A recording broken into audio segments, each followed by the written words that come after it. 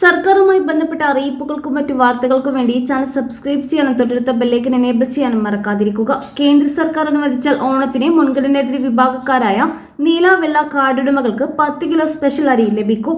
നീല വെള്ള കാർഡുടമകൾക്ക് ഓണത്തിന് 10 കിലോ അരി വീതം നൽകുന്നതിന് വിഹിതം വർദ്ധിപ്പിക്കണമെന്നാവശ്യപ്പെട്ട് മന്ത്രി GR അനിൽ കേന്ദ്രമന്ത്രിക്ക് നിവേദനം നൽകിയിരുന്നു. അത് പരിഗണിച്ച് ബന്ധപ്പെട്ട ഉദ്യോഗസ്ഥരോട് വേണ്ട ക്രമീകരണം നടത്താൻ കേന്ദ്രമന്ത്രി നിർദ്ദേശിച്ചിരുന്നു. എന്നാൽ നടപടി ഉണ്ടായില്ല. മന്ത്രി GR അനിൽ കേന്ദ്രമന്ത്രിയെ ഒരിക്കൽ കൂടി കാണും.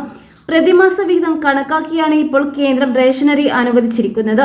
മുൻഗണനേതര വിഭാഗക്കാർ റേഷൻ വാങ്ങാതിരുന്നാൽ അടുത്ത മാസത്തിലെ വിഹിതത്തിൽ അത് കുറയ്ക്കുന്നതാണ്. പ്രതിവർഷ വിഹിതമായി റേഷൻ അനുവദിക്കണമെന്ന് സംസ്ഥാന സർക്കാരിന്റെ ആവശ്യം. അങ്ങനെയാകുമ്പോൾ ഉത്സവ സീസണുകളിൽ കൂടുതൽ അരി വിതരണം ചെയ്യാനാകും. അല്ലെങ്കിൽ ഉത്സവ സീസണുകൾ കൂടുതൽ അരി പ്രത്യേകമായി അനുവദിക്കണം. കേരളം സ്വന്തം നിലയ്ക്ക് അരി കൂടുതലായി വിതരണം ചെയ്താൽ കിലോഗ്രാമിന് 26 രൂപ വീതം FCIക്ക് നൽകേണ്ടി വരും.